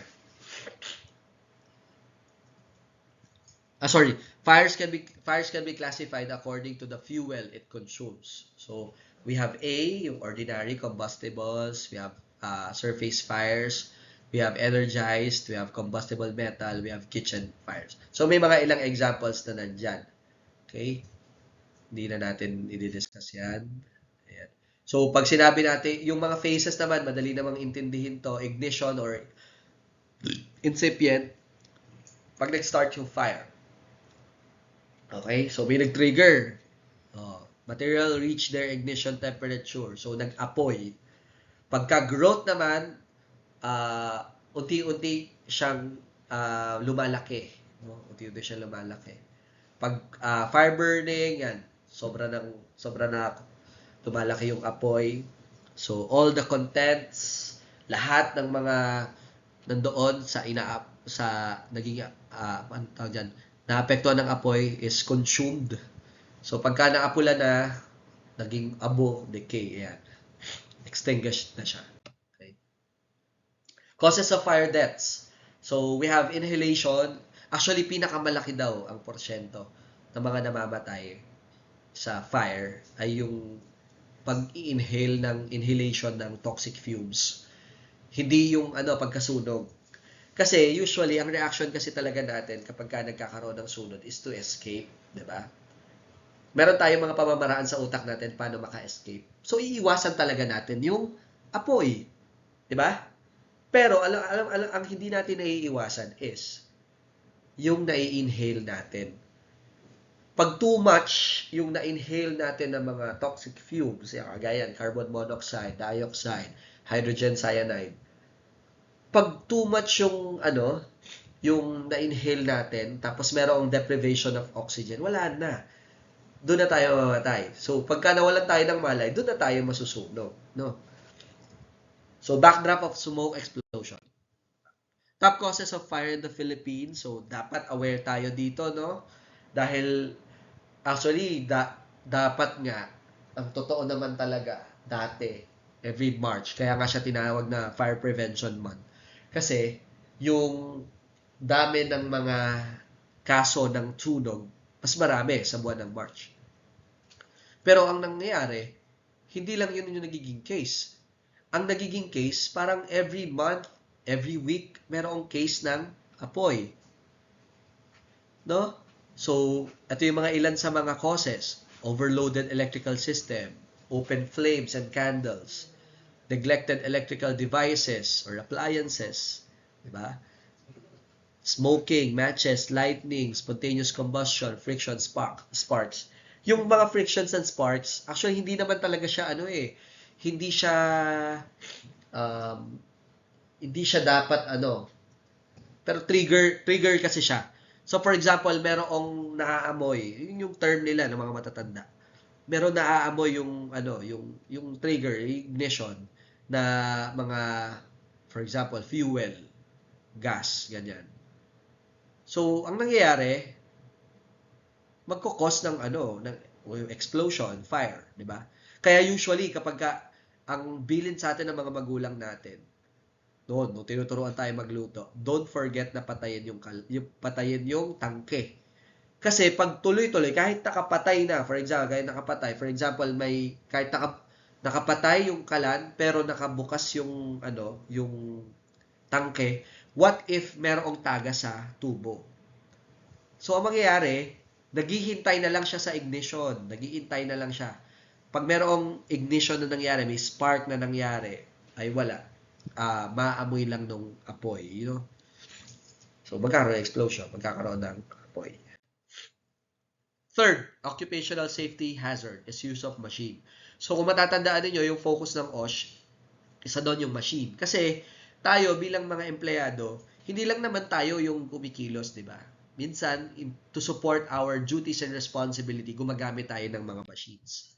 So, ano ba yung machine? An assemblage of parts that transmit forces, motion, and energy in predetermined manner. So, sa pinakamadaling salita, it helps our human capacity to perform our duty. No? Can be simple or compound. So, in a simple representation of machine, ganito yung nangyayari dyan. So, may nag-move, may power transmission, may point of operation. No? Pero, in association with the hazard, kung mapapansin ninyo, hindi lamang yung sa machine tayo nakafocus. Okay? Nakafocus tayo sa exposed machine parts. Naka-exposed or meron tayo sa workpiece movement. Meron tayo sa noise. Meron tayo sa projectile hazards. So, ang dami. Habang kumikilos ka sa workplace mo, kung ikaw ay exposed sa mga machines, exposed ka din sa hazards, sa safety hazards. So, yan yung kinakailangan natin i-address. So, para mas maintindihan natin ano-ano ba tong tinutukoy natin sa safety hazards pertaining to machines or using of machines, meron kasing iba't ibang parang function or galaw yung mga machines, motions, yan. Rotating, paikot lang yan. Pagka namang reciprocating, ito yung bumabalik-balik, no? Back and forth. Pagka naman transversing, ibig sabihin, may nagro-rotate na pero merong supporting, may suspension, no? So, yan yung ilan sa mga machines na kailangan familiar tayo sa galaw nila. Or else, pag hindi na tayo naging familiar at nadisgrasya tayo, baka mas lalong lumala pa. Causes of machine-related accidents, an individual making unwanted contact with the moving parts of the machine. For example, hindi mo alam, pag ganun pala yung kilos niya, nahawakan mo, kinain yung daliri mo, di ba? Alam mo na back and forth siya, biglang, ibis na naiiwas mo na, bumalik pa pala. So, yun. Something flying from the machine. Minsan, nagmamalfunction. No? Kumakawala yung mga bala, for example. So, yan. A machine malfunction including mechanical and electrical sources, energy sources failure. So, yung pagka-machine na yung naging problema. Sa atin, sa workplace natin, malamang, hindi natin, wala tayong ma-identify. Kung, for example, nasa isang office ka lang naman, ang ginagamit mo ay computer, wala tayong ma-identify na parang moving objects na it might cause, it might result to safety hazards. So, tignan na lang natin. Baka kasi meron tayong ginagamit, for example, sa paglilinis, nag-vacuum ka. Ano ba ng vacuum? Nahigop. May ilang kasing mga nature of works talaga. Lalo na yung mga nasa field, no? Yung mga nature of works nila, kinakailangan aware sila sa mga machines na ginagamit. Lalo na yung mga nagpapaandar ng mga sasakyan. Yan. Effects of machine-related accidents. So, can result to severe injuries, loss of trained and skilled employee. Yung tipong kahit, sinasabi ko sa inyo, kahit ikaw ay 10 years ng train, 20 years ka ng train sa trabaho yun, kung exposed ka dun sa job na medyo delikado, exposed ka rin sa accidents. Okay? Loss in productivity. Of course, kapag ka nawalan ka ng empleyado na trained, na wala ka na empleyado na mag-perform ng duty na yon, yung production affected. No? And of course, damaged equipment. Lalo na kapag hindi trained yung tao. Okay. Fourth, materials handling. So, paano ba natin ginagamit yung mga materials na ginagamit natin sa opisina, sa ating mga workplace? So, a technique which materials handling refers to a technique which includes the part of lifting, placing, or storing, or moving the materials through the use of appropriate handling equipment and men. Gumagamit tayo minsan sa sarili natin, gumagamit din tayo ng mechanical, gumagamit tayo ng mga bagay-bagay. Hazards associated with materials handling, failure of the lifting equipment, okay? Falling load, collision, or trap between objects. Halimbawa, binuhat mo, sobrang bigat. Nagkaroon ka ng tumunog yung likod mo. Yan. Example na yun, no? Minsan kasi, may mga pagkakataon tayo, kala natin kaya, no? Pero dahil hindi tayo magpapatulong, kaya na natin. Minsan yung capacity, yung capability natin bilang tao, rin yun, nag-deteriorate din yun through time. So, yung mga kaya natin gawin noon, baka after 5 years, after 10 years, hindi natin kaya gawin ngayon. So, let's reassess ourselves, no? For manual handling, ito yung mga mistakes that cause injuries. Bending back, uh, twisting with load. Most likely yung yung pagka too much talaga. Or yung kahit yung paglalagyan mo medyo mataas, tapos di ka gumamit ng assistance, wala, mahirapan. So for industrial truck safety, kung kayo gumagamit kayo ng mga lifter, sinama lang sa amin to kasi mostly na mga nagte-trade sa amin nasa companies. Ako kasi nasa city government. So, pero kung gumagamit kayo ng mga sasakyan, yan. Siguro maging general note na lang sa atin ito. Na hindi lahat, for example, marunong ka mag-drive ng manual, for example. Of course, yung manual transmission ng sasakyan, magagamit mo, ma-apply mo yung skills mo doon. Pero what if kung mababago na yung type ng four wheel, malay mo mas malaki na yung ginamit mo. Hindi lahat kaya. So kailangan magkaroon ng training for that. So yun, general note na lang siguro. And lastly is yung electricity. Electricity, kung mapapansin nyo, di ba? Isa sa mga top one sa safety hazard is yung electricity talaga. Okay? So definition ng electricity, binigay na sa inyo. Hindi ko na i-discuss pa ulit yan. So ito yung mga electrical accidents. We have direct and indirect. Pagka direct, talagang doon ka na disgrasya. Doon ka na disgrasya sa mismong kuryente. Okay? So electrocution or death due to electrical shock. Namatay directly, nanigas. Yan. Pagka naman electrical shock, yun yung pagka, for example, may mga levels na rin kasi yan ng kung gaano ka naapektuhan ng electrical accidents na yun. Burns. Siyempre, yung composition ng electricity ay hindi maganda para sa katawan. So, it may result to burns. That's direct, na literal na kuryente talaga yung tumama sa'yo. Pero kapag ka indirect, ito for example, nagkaroon ng sunog dahil sa electrical wiring. Yung sunog ang sa'yo. Yung sunog ang nakatama sa'yo. So, that's indirect. Okay? Ganun, same thing. For example, nagkaroon ng sunog, humina yung mga cabinets, containers, nalaglagan ka, or even roofing. Yan. So, yan. Yun yung mga indirect. Ano yung mga causes ng electrical accidents? Contact with live conductors. Hindi mo napansin, meron palang bukas na wire, no? Hinawakan mo, nilinis mo. Short circuiting, yung pagka nakita nyo na may pumutok, hugutin nyo na. Or kung hindi nyo pa mahugot, baba nyo yung breaker. Ganyan po yung Kasi ang tendency lang yan, kahit mag-short circuit siya, ibig sabihin, dumadaloy pa rin kasi sa kanya yung kuryente. So, kailangan mong i-address yun. Arcs and sparks, yan yung usually kapag ka nagsasaksak ka sa mga saksakan.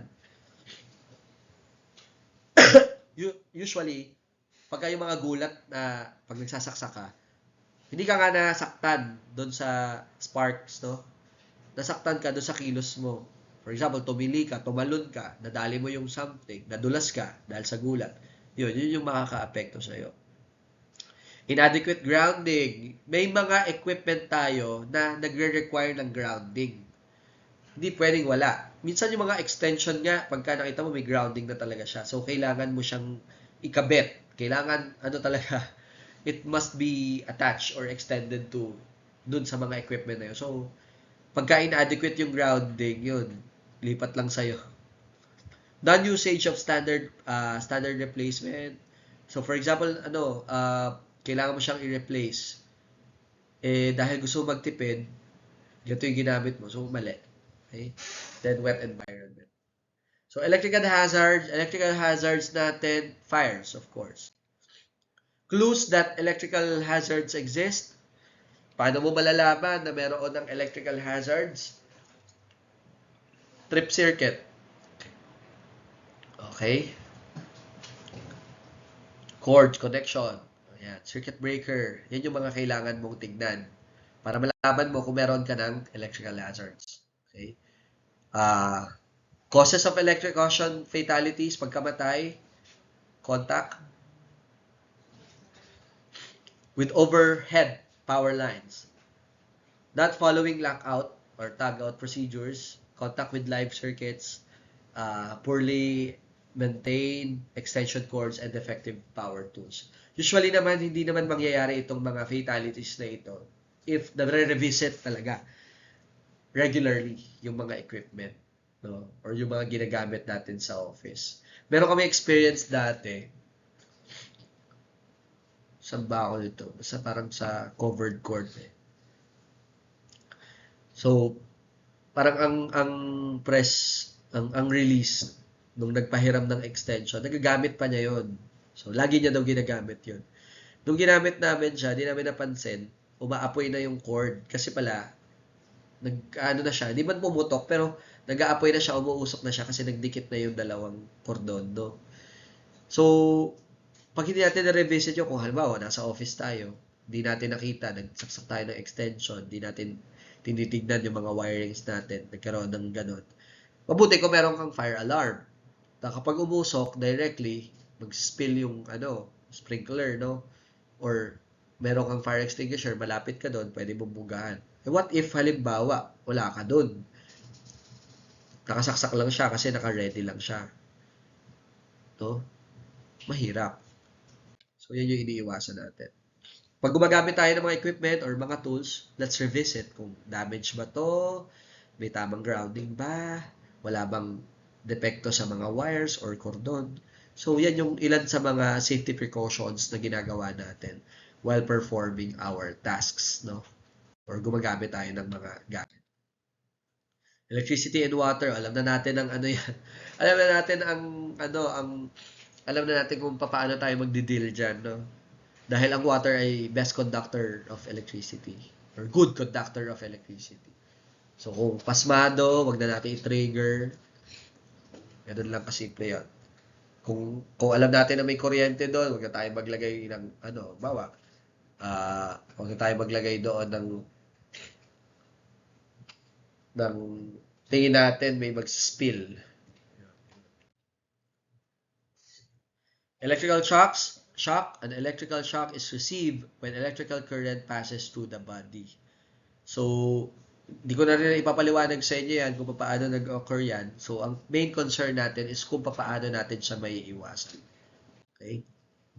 Shock severity. So, kung halimbawa, depende ito sa amount ng electricity na pumasok or current na pumasok sa katawan mo.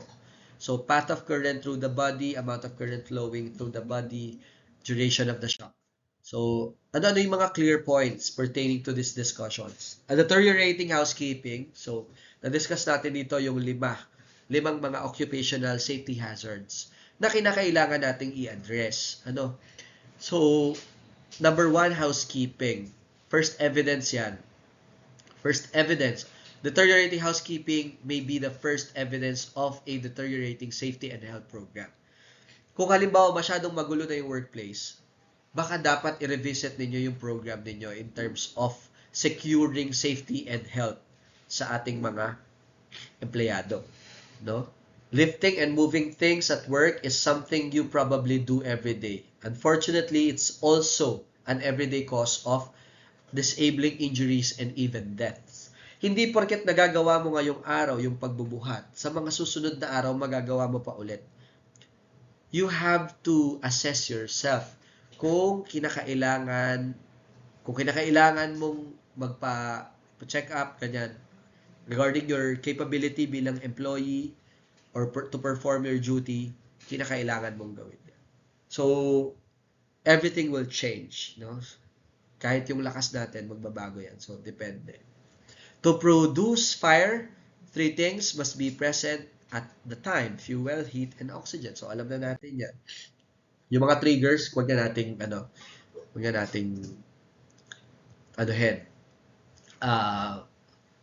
wag nang magbigay sa atin, no, ng triggers, itong mga triggers ng fire. Mechanical hazards occur.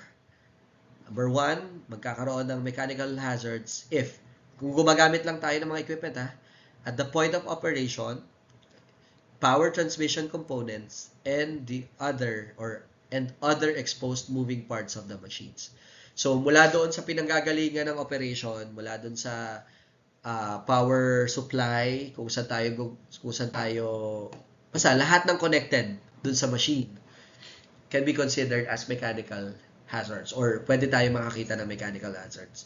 Failure to ensure a safe design, proper work procedures, proper servicing and maintenance of electrical equipment often result to bodily harm or death, properly damaged or both.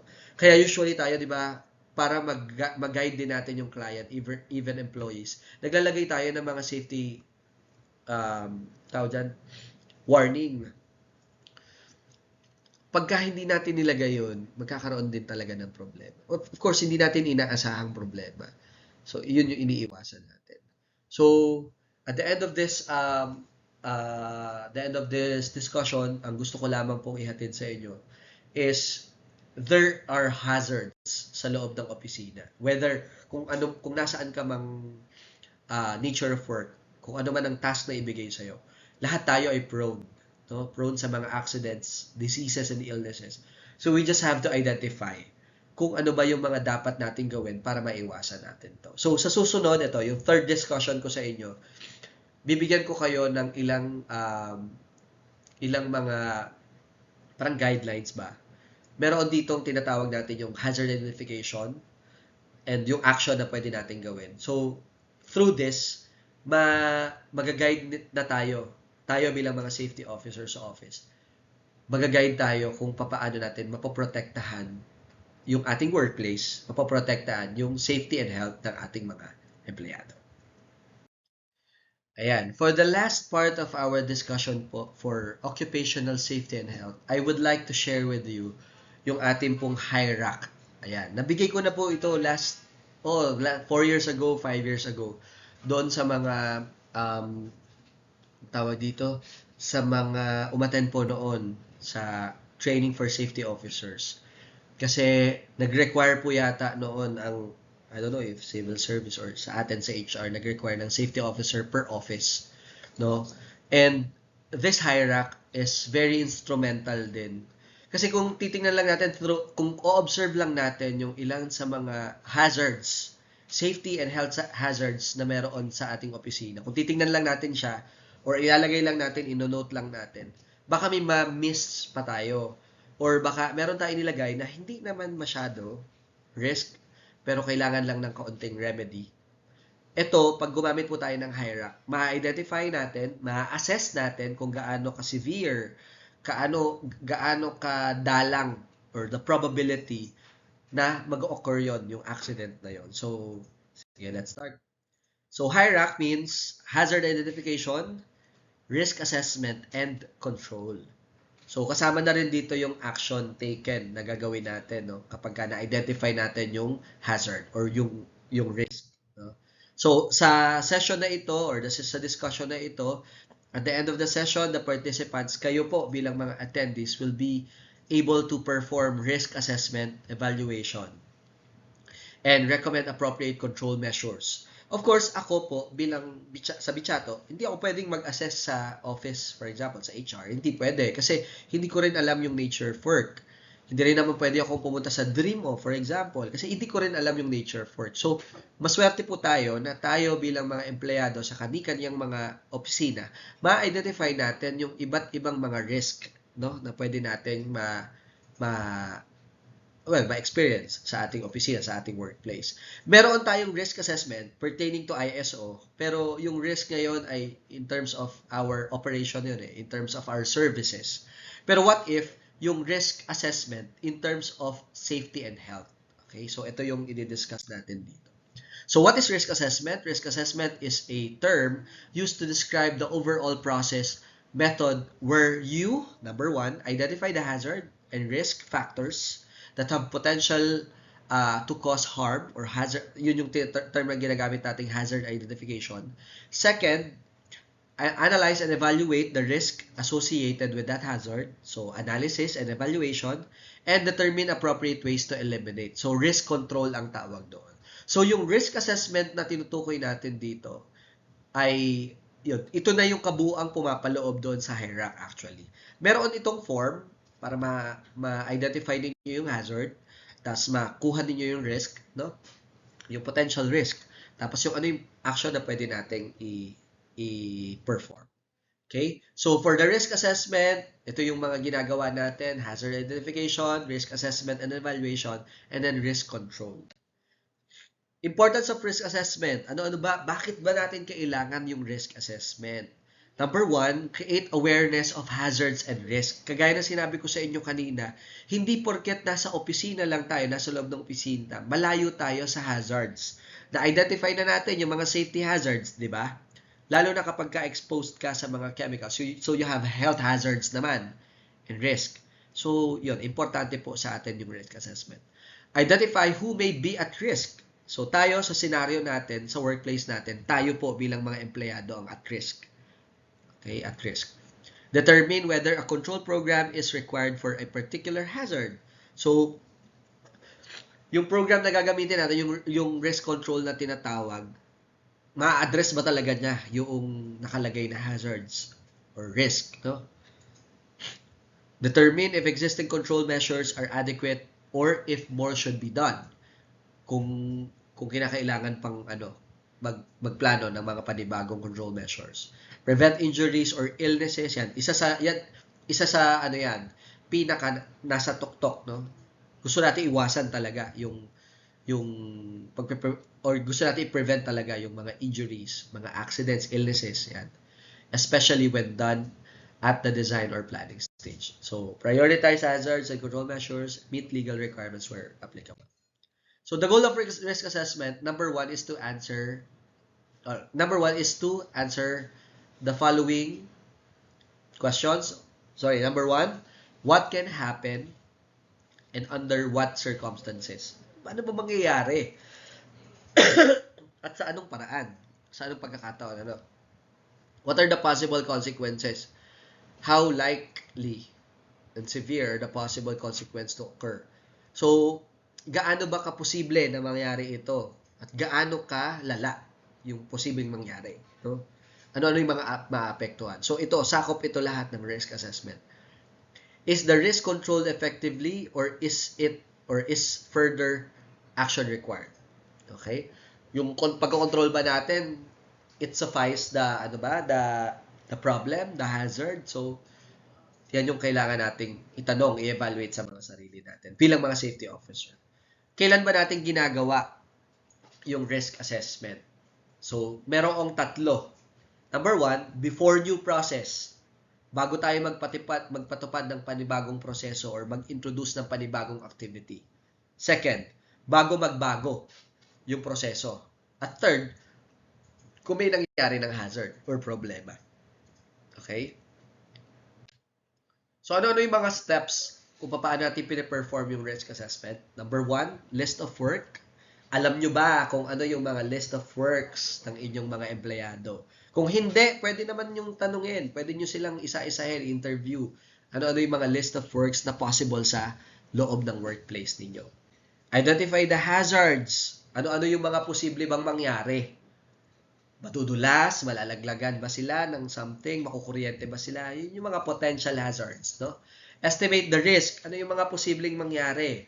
Okay? Ano yung mga posibleng banta, no? Evaluate ninyo. Pag na-evaluate ninyo, i-record ninyo yung findings, tapos i-review ninyo yung findings. So, those are the steps. Sa list of work, kailangan malaman natin saang location. Sino-sino ang involved? Ano-ano ang mga equipment na gagamitin ba doon? Ano ba yung activities na present doon? So, kung tayo nasa workplace lang naman tayo, kaya naman nating i-identify yan. Madali lang. Pero yung mga nasa field, medyo mahirap. Pero tayo, kayang-kaya natin yan. So, madali lang yan sa mga opisina natin. Step 2, kung babalikan natin, di ba? Step 1 is yung identify yung work. Enumerate natin yung work. Pangalawa, identify natin yung hazard. So, there are two types of hazards. Remember? Safety hazards and health hazards. So, safety hazards, ito yung immediately nangyayari. Mga accidents, immediately nangyayari sa atin. Pagka health hazards, nagde-develop yan through time kasi exposure. Okay? So, how might be harm? How might they be harmed? At who might be harmed? Okay? Paano at sino? Okay? Third, estimate the risk. Gaano ba siya kalala? Okay? what do we really mean by risk? Risk is the combination of probability of a hazardous event occurring and the severity of the event. So, ang gagawin natin, i-multiply lang natin. Kumbaga, estimation, what if we multiply the equivalent value of probability and severity? Gaano siya kadalas na mangyayari, tingin nyo? When you estimate the risk, at gaano tingin nyo kalala yung pwedeng mangyari? Or gaano kalala yung hazard? Gaano kalala yung safety or health hazard na mangyayari doon sa empleyado? So, you need to consider two things. How likely is it that something could go wrong? That's probability. And how serious could be the outcome? Or how serious would the outcome be? Gaano kalala? Gaano maapektuhan nito yung trabaho ng isang tao? Gaano maapektuhan nito yung ating opisina? Okay? So, yan yung dalawa natin kailangan i-consider when we estimate the risk. Okay? So, probability, for example, ito. Pag low, kung mapapansin nyo, may mga differences yan, yung tatlong hagdanan. So, yung isa pag low, maayos naman siya. Pero of course, the height or baka yung condition ng tao, ayan, so, maaaring mangyari sa kanya. So, sa medium, tingnan nyo, parang medyo defective na yung paa. No? Pati yung ilang mga hahakbangan niya, parang medyo bali-baliko na. Pagka high, kita ninyo yung parang sobrang sira na, meron ng mga support na ginagamit, ganyan. So, ibig sabihin, yung mga ginagamit ng isang tao while performing his or her duty or task sa office, sa operation ng opisina, it might affect, no, yung probability ng risk. Okay? Pag sinabi naman nating severity, for example, nalaglag ka dyan, gaano ka severe, no? Yung magiging outcome. Ano ba?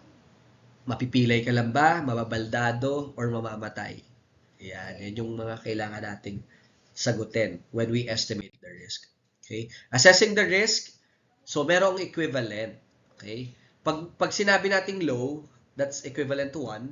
Pag sinabi nating medium, that's equivalent to 2. Pag sinabi nating high, that's equivalent to 3. Okay? So, kinukuha lang natin yung vertical and horizontal equivalent nila. So, pagka yung vertical, yan yung 1, 2, 3, low, medium, high, sa severity.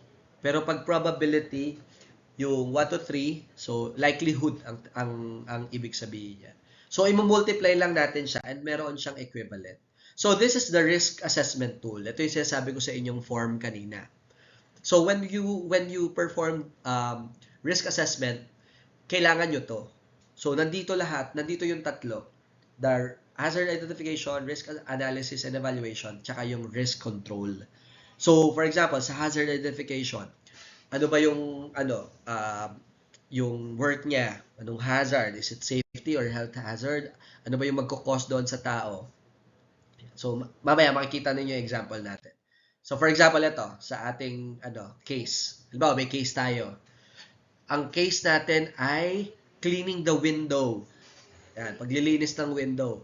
So, let's assume na ang worker ay trained at physically fit. Worker is 6 feet above the ground. So, medyo mababa, no? Medyo mababa lang. Ladder is in good condition. So, medyo maganda yung assumptions natin. So, una, train naman daw yung worker. So, alam na niya yung ginagawa niya every day. Physically fit din siya. So, ibig sabihin, wala siyang health condition. Physically fit.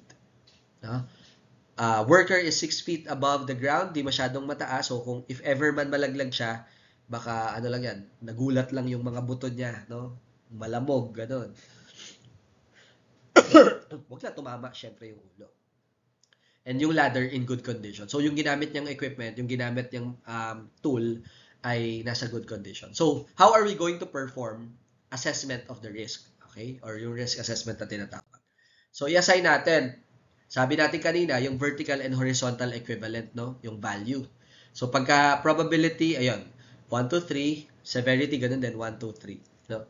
Probability, likelihood, severity, yung pag sinabi natin, gano'ng kalala, no?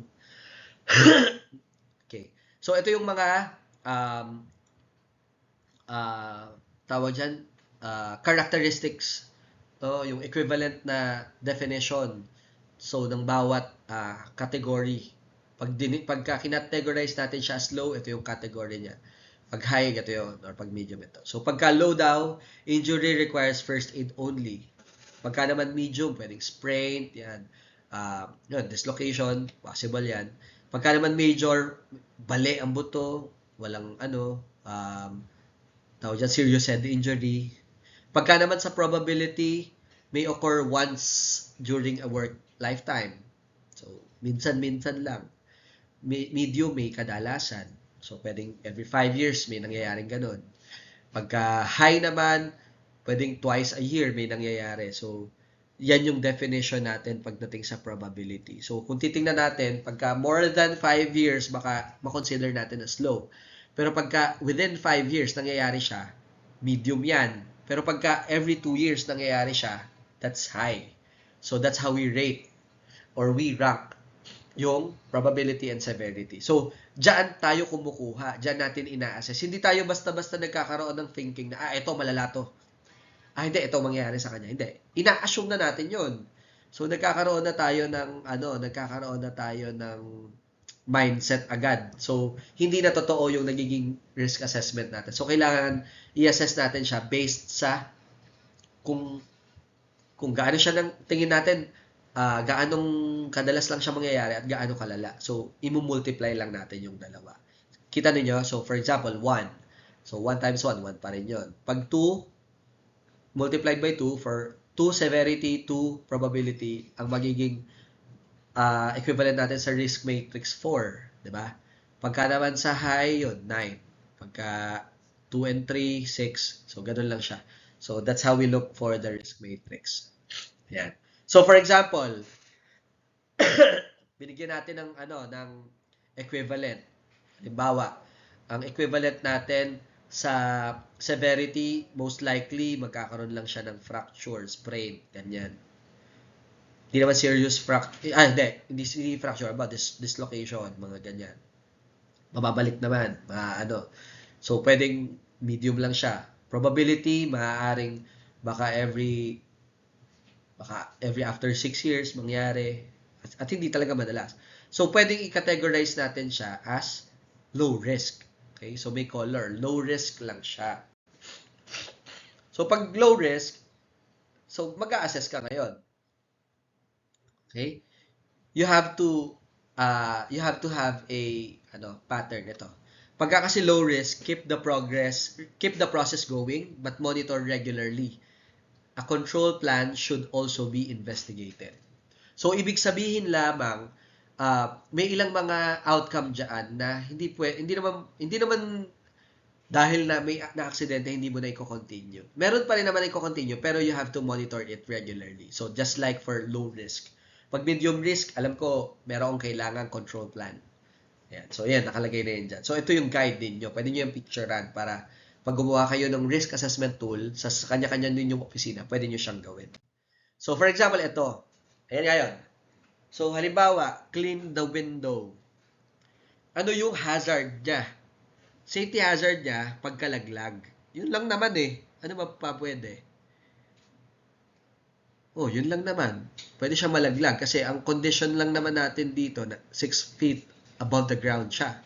'Di ba? Gumamit siya ng ladder. So, pwedeng madulas yung hagdanan, malaglag siya. So, fall lang talaga. So, ano yung magiging cause or harm sa tao? So, pinakamalala na ba? Sprain. Kasi 6 feet above the ground lang siya. So, possible, responsive pa yung katawan niya. Yung reflexes niya, pagka nadulas siya, makakabuelo yung katawan niya. So, possible, sprain lang yung mangyayari sa kanya. So, ano yung mga risk control na pwedeng gamitin or pwedeng gawin na para maiwasan natin yung ganitong klase ng aksidente? Yun, with spotter. Pwedeng may magbantay, ayan, mag-check kung safe ba habang pine-perform yung duty. So, may assistance. So, ano yung probability? Nilagay natin doon kanina, 1. Or nilagay doon sa presentation, 1. So, 1 lang siya. Severity is medium. So, when we multiply, to compute for the risk, that's low risk. So ano yung sa risk control, ano yung pwede natin gawin? Ano yung proposed control measure? Where FBH, o baka yung mga tawag dyan, yung mga suspension na ginagamit natin para pag nalaglag, no? May support. So, due date or status within 2 days. So, yan. Ibibigay natin yan para mas maging safe yung mga nagpa-perform ng duty. So, that's how we do risk assessment tool. Very simple lang siya, no? I-identify nyo lang yung mga work task, tapos pwede nyo nang makita yung ibang o yung mga susunod pa. So, actually, pag na-identify nyo na may mga matataas pa lang risk, mag-a-assess kayo ano ba yung kailangan ninyong gawin. No? So, malaking tulong yan para sa mga opisina ninyo. So, goal is to lower the risk. Kailangan mababa. Hindi pwedeng, alam nyo na sa sarili ninyo na delikado yung ginagawa, pero pinababa nyo kasi ayaw nyong, alam nyo, maging issue pa. Ayaw nyong mag-create pa ng control plan. No. Ang goal natin is to lower the risk. So, as much as possible, gagawa tayo ng mga preventive measures para mas mapababa pa natin yung risk. So, kung alam natin delikado, and then we do something, no? Hanggang bumaba yung risk. Ano yung mga clear points na kailangan nating tandaan for this? When conducting hazard identification, it may help to work as a team and include both people familiar with the work area as well as people who are not. This way, you have both experience and fresh eye to conduct the inspection. So, ibig sabihin lang, hindi porket luma ka na doon sa trabaho, alam mo, 20 years ka na, 30 years ka na doon sa trabaho, hindi mo nakukunin yung mga points ng, for example, na hindi kapapasok lang. Yun. Minsan nga, kahit client, di ba? Kahit client, kaya tayo kumukuha ng feedback form. Minsan kahit client nakakapagbigay ng input sa atin, no, para sa hazard identification. And it's very important. So, kailangan natin siyang i-perform. There is no simple or single way to determine the level of risk, nor will a single technique apply in all situations. The organization has to determine which technique will work best for each situation. Ibig sabihin lang yan, hindi mo pwedeng i-assess sa sarili mo, ikaw bilang, for example, safety officer, hindi mo pwedeng i-assess na, hindi, mababa lang yung risk niyan, tingin ko. Kung siya yung nagpe-perform ng duty, kinakailangan, tanungin mo siya para malaman mo anong input niya, kung ano yung pinaka-importanting input niya na pwedeng i-share sa'yo. No? In that way, magiging magandang collaboration, cooperation, and organization sa inyong dalawa na magtulungan para mas mapababa yung risk while performing your duty. Ranking or prioritizing hazard is one way to help determine which risk is the most serious and thus which to control first. So, ibig sabihin lang yan, ganito ba? Di ba nakapag-identify ka na ng mga work or tasks ninyo sa office? Tapos, sinagutan nyo siya isa-isa kung ano-ano yung mga, kung gaano kataas yung risk, kanyan. Tapos, na-identify nyo, merong mga high, may mga low, medium, tapos merong very low. Pwede nyo siyang i-arrange. Kasi, kung sino yung nasa sa high risk, yun yung dapat i-address, di ba? Yun yung dapat pagtuunan ng pansin. So, with that, matutulungan na rin yung office na makapag-rearrange ng control plan. Any violation of the OSH standards and other laws must be considered as immediate dangerous or totally unacceptable. So, ito yung pinag-uusapan kanina na when you execute policies, kailangan sa standards or policies na yun, sinusunod din ang lahat. So, once na yung standard na yun na-violate, pertaining to health and safety ng empleyado, na-violate nyo na rin yung OSH standards. So, that's all. And sana naging maayos yung naging discussion natin. I'm sure mayroong kayong mga tanong, pero pwede naman kayong mag-message kung meron kayong mga questions about it kasi hindi malayang talakayan ito kasi hindi kayo able na makapagtanong. Pero pwede kayong makapag-send ng tanong para ma-address din natin. Kasi ito isa kapakanan naman ng ating mga kawani. So again, maraming salamat po sa CHRDO, headed by Ma'am Jen Sarmiento. Of course, maraming salamat din sa aming hepe. Dahil kung hindi po dahil sa kanya, sa pamimili sa amin, para ipadala doon sa apprenticeship program, hindi kami makakakuha ng ganitong certification ng safety officer. At hindi ko rin share sa inyo. So, again, maraming salamat at sana mapakinabangan natin to para sa isang mas maganda, mas kalidad na serbisyo at mas ligtas na serbisyo para sa ating mga kawani at para sa mga empleyado. Muli maraming salamat po. Magandang araw.